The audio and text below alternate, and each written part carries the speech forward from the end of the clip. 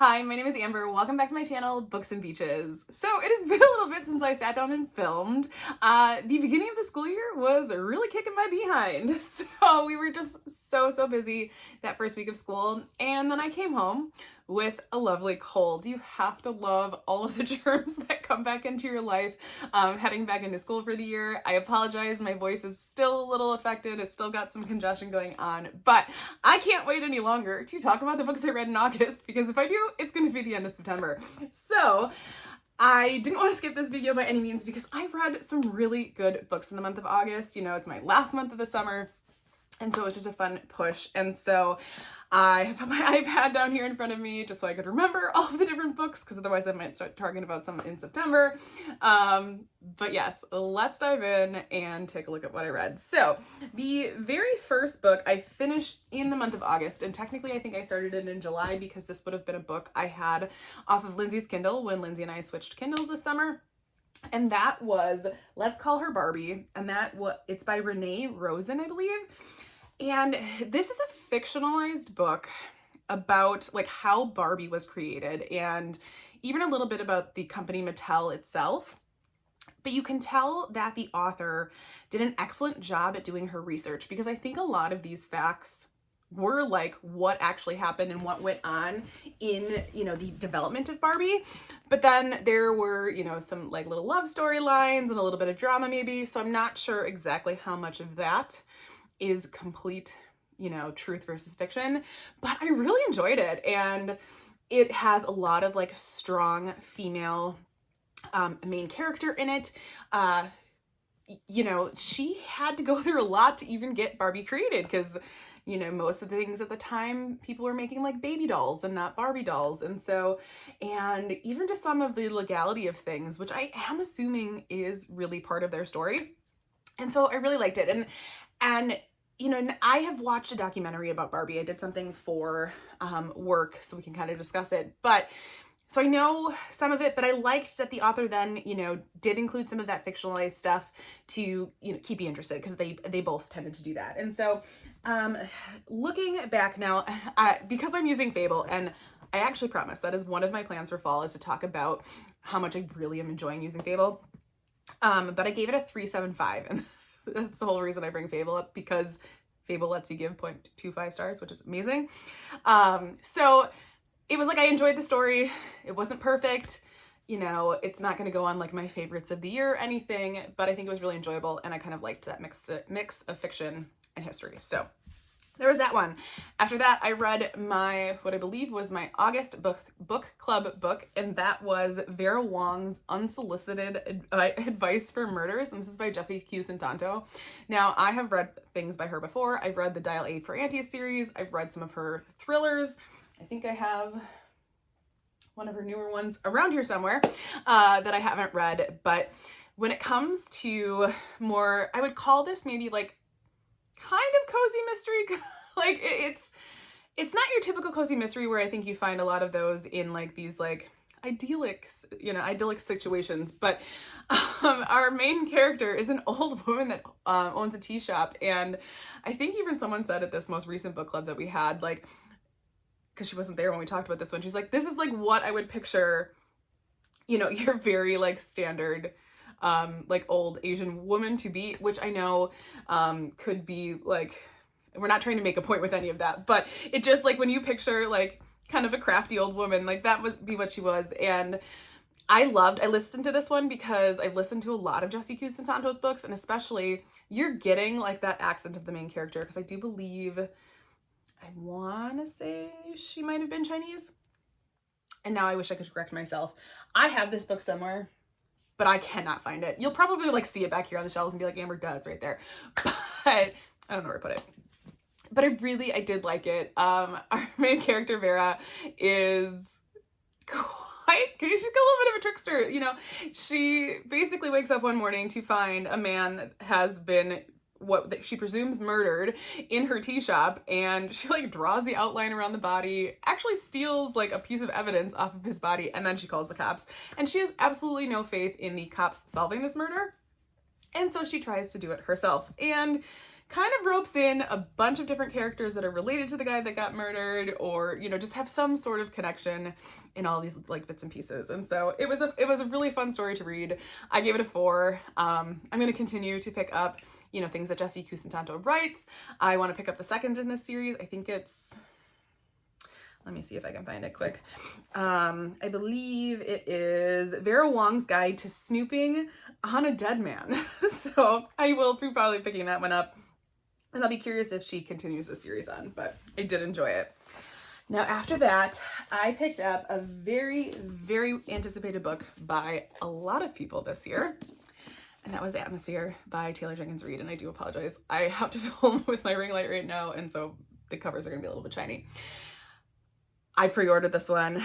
It did take me a minute or two to pick it up just because of, you know, where I was in my reading and things, but I liked it. I liked it a lot. So we are basically, I'm trying to think of what our main character's name was, Joan. And so Joan gets this opportunity to work for NASA and, you know, be a part of something that wasn't typical for women in this time, which is kind of ironic now that I think about it, that I read this and the Barbie book because they both had like strong female characters in a time that wasn't necessarily a thing. And so she gets this opportunity to work for NASA. She's very smart. She's more on the astronomy and physics side of things, which is totally something I would not be good at. And so they were seeking the first women scientist to join NASA. And, you know, she gets selected. And we basically go through her journey of what it looks like to, you know, become an astronaut. And so, and women haven't been in space up until they kind of started this program. And, you know, she sees what she can contribute. She goes through all the different trainings, like the jets, flying jets, and getting used to all of that. And, you know, what other things that they can do to help prepare. All along, you're seeing all of these different relationships form, and, you know, things that may have not been completely acceptable in the time that this book took place. So I don't want to give out too many other details about it, just because I think it is a good book to just go in and just fully immerse yourself in the story. I ended up giving this one, I think, a 4.5. I really liked it. I did think the middle dragged on a little bit for me, and then the ending just felt like it was like boom and it was over. It still made me cry. It's very Taylor Jenkins Reid in that you get these very impactful relationships. I loved the relationship between our main character Joan and her niece in this book. Really, really awesome there. But when I was looking at rating it, and I said, is this as good as some of my other favorite Taylor Jenkins Reid, you know, The Seven Husbands of Evelyn Hugo and such. I've got them all hiding back here somewhere. And it just felt a little bit short of that. And so I felt like a 4.5 was kind of the perfect fit for this book. And it, like I said, it wasn't that I didn't enjoy it. There were just times that I was like, okay, let's move it along. And then at the end, I wanted more. So, and I guess that's good. You know, I think if a book, you know, you're really hooked into that ending and you want more, that's okay. But yeah, so like I said, I don't want to go into too many more details other than that, but I definitely think it's a book you should pick up. So there's that one. And after that, I had to pick up another book that I grabbed this summer, and that would be the beautiful new released edition of The Girl I Was by Geneva Rose. And yes, it's got like the fun sprayed edges, and I can't remember if this one, oh yeah, even the really neat, you know, inside flaps there. So this book is very different than anything else that I've read by Geneva Rose. And she tells you that like right off the bat. This is not a book that are like, I've read, you know, The Perfect Marriage and The Perfect Divorce, and oh gosh, now I'm trying to think of all of them. Oh yeah, I've got them all over here. Home is Where the Bodies Are. I loved that book. Now there is one by her that I didn't like at all, but we're not gonna mention that one. But this one is definitely more contemporary. And, you know, so our main character's name is Alexis Spencer, and I love that she's obsessed with inspirational quotes in this book because I love quotes. I mean, I don't even have this one lit up today, but if you could see like around any of my rooms, there's a little quote on my by my computer. There's a quote on my bookshelf that's over there. So I love quotes, and I love that she loved that. But she is a woman that kind of ends up struggling. You know, she loses her job, and she loses, I think, her boyfriend hopefully to be fiance, like all in the same day, and she gets teleported back to her college experience. But she is in her college experience as her current, I think, was she in her 30s? I don't know if it says, but I think she was in her 30s, and she gets like somehow teleported back to 2002 in her college experience. And the one cool thing about this book is this book takes place on the UW Oshkosh campus, which I grew up in Oshkosh, and that is, you know, my hometown. And so I can picture things that they talk about in this book. I know where they are. They talk about going to this bar named Kelly's. I'm pretty sure it's Kelly's. I know where that is. It still exists on campus today. And since I was in high school in 2002, but you know, I was in Oshkosh at that point. So I can picture different things that they're talking about in this book, which is just so much fun. And there's this whole idea of like, she's having to persuade her college self that it's her from the future. And so they're trying to have these conversations of like, it's almost, I'm trying to think, I feel like there was a movie that had, you know, the same concept where only I would know this, like, and so they do that. And they're trying to figure out, you know, why did she come back to this time? How does she get back into her current timeline? Along with that, like, I don't want to change my life too much, so I don't want to influence my younger self. And so just, you know, really neat perspective. This one also made me cry. There are some really, really tough topics addressed in this one. And I would love Geneva Rose to write more like this. I am curious if this has any connection to her actual life. I haven't done that research, but even though it's different from obviously the other things that she's written, I would highly recommend you pick this one up. I actually, quite honestly, I don't even remember what I rated it as I sit here and rave about it. I gave it a 4, but I did really like it. So I guess, you know, I'm saving some of those 5-star experience, I guess, it's like for the ones that really, really blow my mind, but this one was very, very good. After that, I picked up one that, where did I put it? that caught me by the cover and the sprayed edges. And that is We Live Here Now, and this is by Sarah Pinborough. And yes, there are the beautiful sprayed edges. I'm in my sprayed edges kick. I think I said that in my book haul. And Sarah Pinborough wrote Behind Her Eyes, which is a book that I think up until the very last page left my jaw just like dropped. I was shocked. That book like blew my mind. Loved it. And so I went into this one with really high expectations because I was like, I have loved the one other book that I read by this author. Like, will this one blow my mind?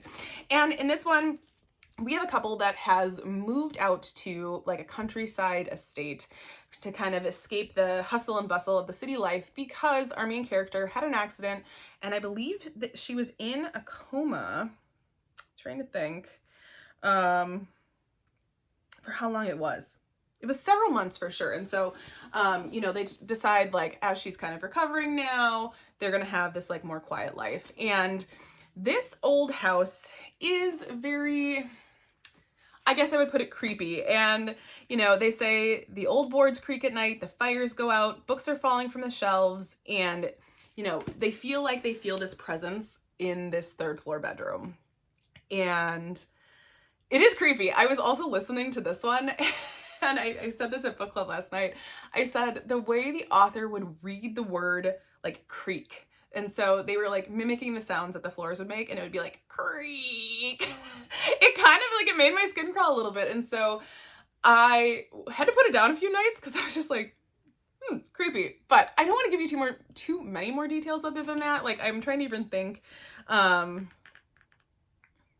Actually, the flap on this one doesn't give, you know, too many details, but it all stems around like what secrets is this house holding. And so I liked it in that aspect. There were a few things that I was like, well, did it really need that? And so I think I settled on like a 3.5 for this one because it was enjoyable. And like I said, there were those parts that definitely made me put it down, but I didn't get the same experience that I got out of the first book that I read by her. But I don't think that should hold you back from reading it because I do still think the whole concept that ends up happening in this book is definitely one to, like, I don't know. Like, if you've read it, let's talk about it. I don't want to say too much more, but it does leave you wondering. So there's that. And then finally, which I think, because then the rest of these I would have read in the month of September, was The Summer of Songbirds, and this is by Kristy Woodson Harvey. Now, I believe this is one that I had off of NetGalley. I've never read anything by Kristy Woodson Harvey before, but they all kind of catch me by the covers. And I'll have to put the cover of this one here. But I am a sucker for stories set at summer camps. I've said that once, I'll probably say it, again. And so this one had, a group of friends that met at camp coming back to try to help the current camp owner save camp, because they are pretty sure this is going to be camp's last summer. Financially, they just can't do it anymore. The camp owner has gotten this offer from a developer, to buy the land, kind of get rid of the camp. What's done is done. And so these friends are like, no, this camp, made a huge difference in our lives. We're going to try to save it. And so we've got kind of that whole timeline going on. And then each of the friends that we have, and I wish I could remember their names, but main character names, they just don't stick. But we are getting each of their perspectives. And so you have chapter switching from each of their perspectives. And those women also have a lot going on in their lives. So not only are they trying to save this camp, but you are also getting these side stories that don't actually feel like too much. One is struggling. I think it was in her marriage, or they weren't married yet. They were struggling, like, is my fiance the person I want to be with? The other woman is a recovered, or I guess would they call it recovering, or a sober adult that came over a lot of different addiction pieces, and she does have a son and the relationships that are going on in her life, and then you have a friend that's helping them out. And so we get all of these stories kind of wound together, and it was one that I just really enjoyed. It was kind of a perfect way to send out the summer. And yes, obviously it had the summer camp piece, but it definitely felt like there were plenty of different storylines that kept you interested and kept the story moving along. So really, really enjoyed that one. I believe I settled on like a 4.5. It's not perfect, but I will definitely be looking into picking up more books that Kristy Woodson Harvey, has written. So those were all the books that I read in the month of August. I have read some really enjoyable books so far in the month of September. I have read some not so enjoyable books, but we'll be talking about those soon. I have a lot more that I want to plan on getting filmed for this fall. If you have content that you'd really like to see, like you're like, Amber, you read a lot of this, can you give us a suggestion on books, that are like that or whatever, or I don't know, any topic that you would really like to see me do, feel free to leave those in the comments below, because it always helps, to know what the people that are here wonderfully viewing my channel would like to see as well. So, but if you're not feeling, super chatty, let's just leave. I'm trying to think of like what a good emoji for this one would be. I wonder if there's like actually, you know what? This has a bunch of smiley faces all over the spine. Let's leave any sort of smiley face down in the comments if you're not feeling super, super chatty, because I just love that I see you all interacting, and it does really help my video, and I so greatly appreciate that, especially since I've been gone a little bit with being sick. But as always, if you like this video, feel free to like and subscribe, and I will see you next time.